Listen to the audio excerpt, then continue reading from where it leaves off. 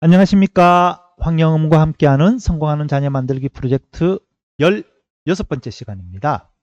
오늘은 한국의 대부분의 부모님 그리고 학생들이 제일 중요하게 생각하는, 제일 성공이라고 생각을 하는 명문대 합격에 대해서 이야기를 해보도록 하겠습니다. 많은 분들의 신념처럼 되어 있는 이 이야기를 제가 뒤집어야 되니까 저도 사실 이제 좀 연구도 많이 하고 그렇게 하고 이야기를 하고 있습니다. 한국은 명문대 합격을 하면 성공이라고 이야기합니다. 성공과 실패는 언제 이야기를 합니까? 마지막에 판단할 수 있는 거잖아요. 근데 한국은 명문대 합격을 성공이라고 이야기를 해요. 그게 끝이라고 생각을 하는 거죠. 그런데요, 그게 아니에요.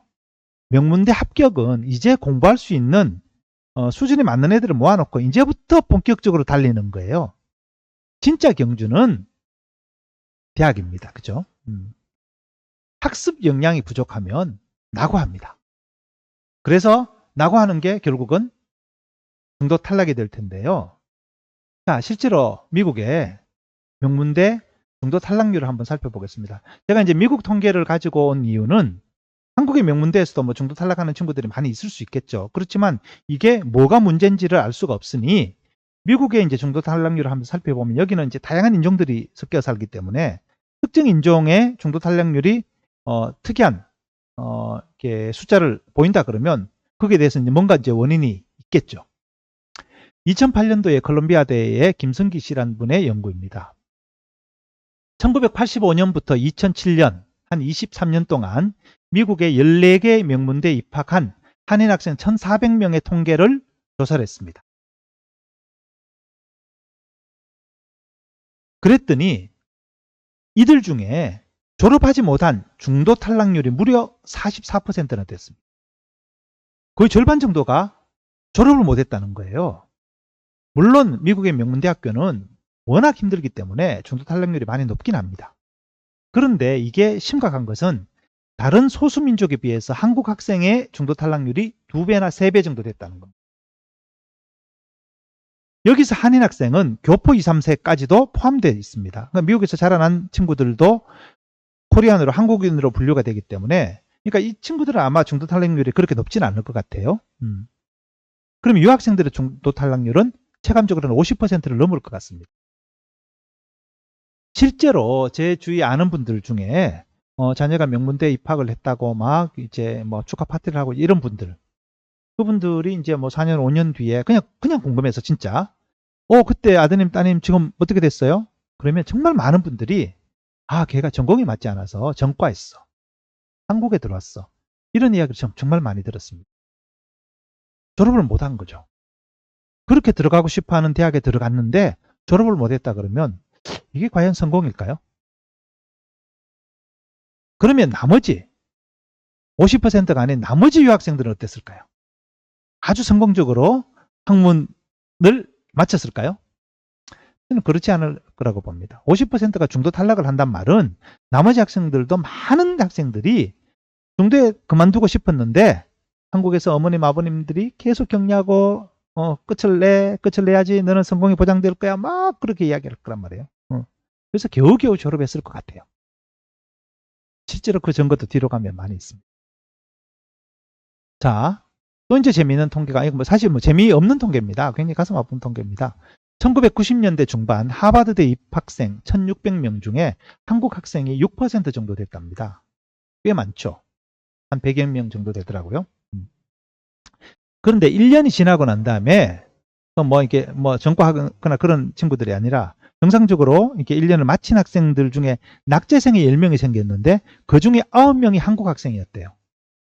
전체 한국 학생은 6%밖에 안 되는데 낙제생 중에 90%가 한국 학생이었으니 이거 뭐 보통 심각한 통계가 아니잖아요.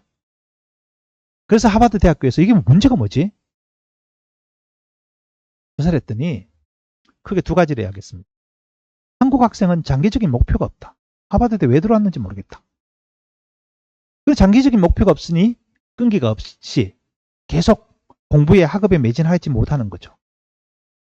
사실은 요것보다 더 큰 문제는 뒤에서 제가 말씀드리겠습니다. 두 번째, 부모 학생이 하버드대 입학을 목표로 공부를 하니 목표가 달성되고 나면 바로 이제 꺾여버리는 거죠. 끝났다. 끝났다. 나는 성공이다. 실제로 한국에서도 이런 경우 많이 있습니다. 대학에 와서 무너지는 학생들이 정말 많이 있습니다. 원인이 뭘까요? 원인이 아까 이제 하버드 대학에서도 원인을 이야기했지만 제 생각에는 근본적인 원인은 대학 입학을 다르게 정의하기 때문이라고 생각합니다. 미국은 아니 사실 한국도 그래야 되는 거고요. 대학은 이제부터 본격적인 레이스가 시작되는 곳입니다. 레이스하기 위해서 몸을 푸는 과정이 고등학교 과정인 거죠. 몸을 만드는 과정이 고등학교 과정입니다. 고등학교 때 막 토론도 많이 하고 책도 많이 하고 여행도 많이 하고 다양한 경험을 하고 학교에서 활동도 많이 하고 학생회 활동, 봉사활동, 운동도 하고 그렇게 다양한 활동을 하면서 그죠?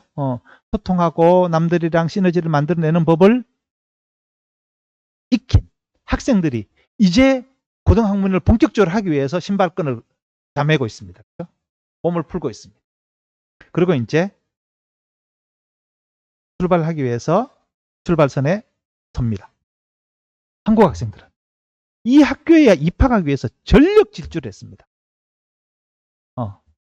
억지로 스펙을 만들고 또 학점을 좋게 하기 위해서 막 노력을 하고 영어학원 다녀서 영어 점수 올리고 막 그렇게 해서 최선을 다해서 명문대를 입학을 한 거예요. 그러니 합격했으니까 너무 힘들잖아요. 이 친구는 이제 마라톤이 끝난 겁니다. 그래서 쓰러졌습니다. 쓰러졌는데 자 준비하세요. 다시 출발선에 서세요. 출발을 알리는 총성이 울립니다. 달릴 수가 없죠. 자기는 그냥 끝났다고 생각했는데 이제부터 공부를 시작한다 그러니까 공부할 이유를 모르는 거예요. 끝났는데 이제 즐겨야 되는데 캠퍼스 라이프를 즐겨야 되는데 더 심각한 문제는 저는 한국 교육이 대학에 가서 공부할 수 있는 역량, 책을 읽고 토론하고 문제를 발견하고 문제를 해결하기 위해서 도전하는 그 역량을 키우는 게 아니라 짧은 시간에 많은 문제의 정답을 맞추는 능력을 키우는 교육을 했기 때문에 문제라고 생각합니다. 단위 시간에 풀어야 되는 문제가 너무 많아요. 물론 빨리 풀어야 되는 것도 역량이라고 할 수도 있겠지만 거기에 100점 맞아야 되고 이렇게 평균 100점을 맞아야 되고 이런 부분들이 능력을 강조하는 겁니다. 실제로 옛날에 보면 중학교 때 야구나 축구를 잘하던 친구들이 학교에 이렇게 좋은 성적을 위해서 중학교, 고등학교에서 너무 공을 많이 던지거나 너무 훈련을 열심히 하다가 대학에서, 직장에서 무너지는 경우가 정말 많습니다. 체력은 되지 않는데 성적을 내려고 하니까 무리하게 하는 거죠. 그래서 그럼 이렇게 되면 결과적으로 아까 이제 두 가지가 있습니다. 정상적으로 졸업한 친구들이 있습니다.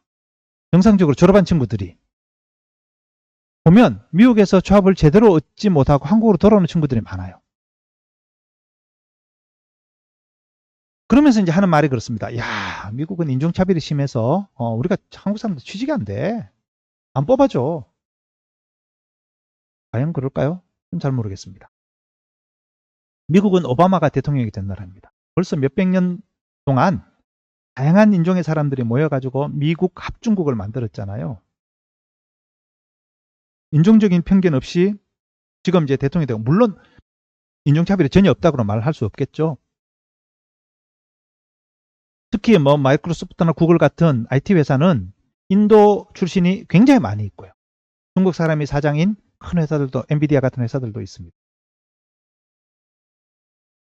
그러니까 인종차별이 낮은 취업률의 원인은 아닙니다. 제일 중요한 것은 저는 추천서라고 생각합니다. 미국은 정말 추천서가 결정적인 역할을 하는데요. 그럼 취직을 하기 위해서는 교수님한테 추천서를 받으러 갑니다. 교수님, 제가 어느 회사에 취직하려고 하는데 추천서 부탁드립니다. 한국 같으면 추천서 와, 내가 사인해 줄게 라고 하잖아요. 미국은 그러지 않아요.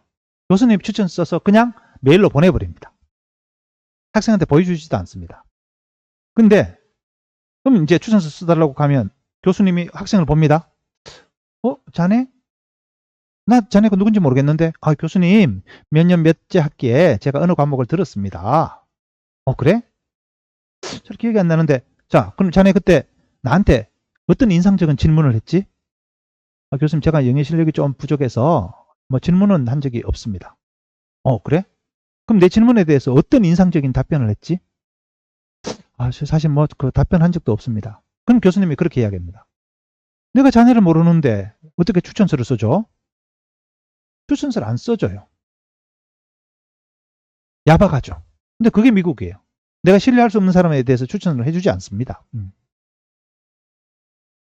그래서 취직이 안 되는 거예요. 근데 뭐 미국 학생들을 만나서, 미국에 잘 나가는 학생들을 만나서, 야, 나 추천 좀 써줘. 너 우리랑 같이 어울린 적 없잖아. 너 한국 애들이랑 모여서 놀았잖아. 한국 애들한테 추천 써달라 그래. 난 못 써줘. 라고 이야기합니다. 결국 그들과 같이 어울리지 못하고 그들과 소통하지 못했기 때문에 취직을 못하는 거죠. 두 번째, 많은 학생들이 전공이 맞지 않아서 전과했다고 합니다. 명문대에 입학했던 많은 사람들이 제가 알기로는 갑자기 전과를 해서, 전과라기보다는 그냥 전직이죠. 식당을 차린다거나 커피숍을 한다거나 사진을 배운다거나 그림을 배운다거나 갑자기 이렇게 전공을 바꿉니다. 근데 저는, 아니 그러면은 왜 맞지 않는 전공을 골랐을까요? 애초에 사진을 전공을 하고 애초에 음식을 전공을 했으면 낫지 않았을까요?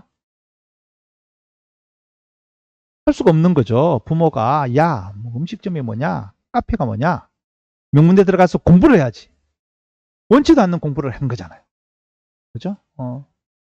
막 엄친아였을까요? 공부도 잘하고 명문대 입학했으니까. 그렇지만 그 전공이 자기한테 맞지 않는 거예요. 그래서 결국 수억 원을 쓰고 2년, 3년 시간을 버리고 결국 입학했는 거기서 졸업을 못했기 때문에 패배? 실패에 이제 상처가 있는 거죠. 이런 사람들이 의외로 많습니다. 특히 부자 동네 가면 이런 사람들 정말 많습니다. 저는 진짜 중요한 것은 명문대 입학이 아닙니다. 진짜 중요한 것은 공부하는 이유를 아는 것입니다. 왜 공부를 하는지. 이 공부를 통해서 내가 이루고자 하는 꿈이 뭔지를, 꿈을 먼저 이야기를 해야 됩니다. 꿈이 이끄는 공부를 그래서 계속 제가 주장하고 있습니다. 그 다음 공부에 필요한 역량을 갖추는 것입니다. 문제를 많이 푸는 게 아니라 수학을 좋아하는. 그래서 정말 이렇게 수백 년 풀지 못한 난제를 몇 년씩 걸려서 그죠? 고민하면서 문제 푸는 그런 수학을 좋아하는 역량. 자연에 가서 꽃을 보면 너무 행복하고 꽃의 모양을 보고 사진 찍어서 블로그에 올리고 하는 그런 식물을 좋아하는 역량. 밤하늘의 별을 보고 계속 망원경을 가지고 별을 관찰하고 이렇게 하는 역량. 책을 읽으면서 책을 가지고 토론하고 새로운 생각을 남들이랑 주고받는 이런 역량이 필요하단 말이에요. 근데 한국은 그렇게 할 수가 없어요. 그렇게 하다 보면은 평균 만점을 못 받기 때문에. 그리고 정말 중요한 것은 역량에 맞는 대학에 입학하는 것입니다. 저희 애들이 한국에 왔을 때 뭐 이제 뭐 영어학원 다닌다 그럴 때 저는 이제 솔직히 반대했어요. 너가 영어 실력을 점수를 따는 법을 익혀서 점수를 많이 높여서 명문대학에 가면 거기 가면 너보다 훨씬 더 영어 잘하는 애들이랑 토론해야 될 텐데 낄 수가 없는데 너는 수학과학을 잘하는데 그것만 조금 낮추면은 거기 가서 충분히 역량을 인정받을 수 있는데 라고 이야기를 해서 제가 이제 대학을 제가 추천했다기보다 그런 기준으로 대학을 선택을 했고요. 역량에 맞는 대학에 가면 장학금도 받기 쉽습니다. 교수님 눈에 이렇게 교수님께 인정받기도 쉽습니다. 학생들이랑도 굉장히 어울릴 수 있는 여유가 많습니다. 특히 이제 재밌는 거는 명문대로 가면 한국 애들이 많아요. 근데 조금 레벨을 낮추면 한국 애들이 별로 없습니다. 그래서 오히려 영어를 쓸 수 있는 기회가 훨씬 많아지고 그렇게 해서 미국에서 학문을 계속할 수 있는 환경을 스스로 만들어 나갈 수가 있는 겁니다. 그리고 진짜 더 중요한 것은요. 우리가 자녀들이 초등학교 때, 중학교 때, 고등학교 때 유능함도 중요하지만 그죠? 유능함이 그냥 대학에 입학하는 유능함이 아니라 장기적으로 학문을 좋아하게 만드는 그 영향력을 기른 유능함. 두 번째는 학문을 혼자 할 수가 없습니다. 다른 사람이랑 같이 시너지를 만들어낼 수 있는 다정함. 학교 생활이 힘들 때 같이 격려해주고 또 이제 격려받을 수 있는 그런 친구들과 사귈 수 있는 그런 다정함, 따뜻함. 그리고 힘들 수 있죠. 공부하다가 힘들 수 있죠. 타지에서 얼마나 힘들 수 있겠습니까? 그럴 때도 꺾이지 않는 회복 탄력성. 이런 걸 골고루 갖춰줘야지 학문 분야에서가 아니라 결혼 생활에서도 아니 또는 이제 연애하는 과정에 있어서도 그다음에 결혼하고 자녀를 낳고 기르고 이런 모든 과정에 있어서 창업을 하고 회사를 키우고 하는 모든 과정에 있어서 어려움을 극복해내고 남들보다 인정받고 시너지를 만들어낼 수 있는 겁니다. 유능함과 다정함과 회복 탄력성이 골고루 갖춰진 것이 진짜 성공이고요. 명문대를 무리하게 들어가서 절반 이상이 중도 탈락하는 것. 이것은 사실은 실패를 노정한 실패가 준비된 성공입니다. 진정한 성공은 대학의 입학선에서 결정나는 것이 아니라 그 이후에 대학을 졸업하고 또 사회에 진출하고 가정을 이루고 그렇게 해서 인생 통틀어서 이제 성공할 수 있는 그것이 중요한데 이런 기준을 가지고 자녀들이랑 대화를 하고 자녀의 성공을 격려하고 지원하는 그런 부모님이 되었으면 좋겠습니다. 오늘 강의는 이걸로 마치도록 하고요. 이제 이어질 목차는 이제 공부 방법에 대해서 제가 이야기를 많이 하겠습니다. 저희 자녀들이 이렇게 했거든요. 암기 과목 하지 마라, 공부 학습지 많이 하지 마라, 시험 공부하지 마라, 시험 공부 많이 하지 마라, 영어 공부 안 해도 돼? 막 이렇게 해서 저희 아이들은 지금 영어도 잘하고요. 학문적으로도 성공을 했고요. 직장에서도 정말 많은 업적을 만들어내고 있으니 정말 제대로 성공을 이룬 경우라고 저는 자신합니다. 자, 오늘 강의는 이걸로 마치도록 하겠습니다. 우리 부모님들, 할아버지, 할머님들, 자녀의 정말 장기적인 성공을 위해서 우리가 자녀들을 격려하고 도와주는 그런 가정 환경이 되었으면 좋겠고요. 여러분 학생들도 어린이들도 어린이는 제가 이제 그렇게 주장할 수는 없겠지만 학생들도 여러분의 꿈을 강하게 설명을 하고 그 꿈을 이룰 수 있는 여러분들이 될 수 있도록 그런 환경을 스스로 개척하시기 바랍니다. 오늘 강의는 이걸로 마치겠습니다. 감사합니다.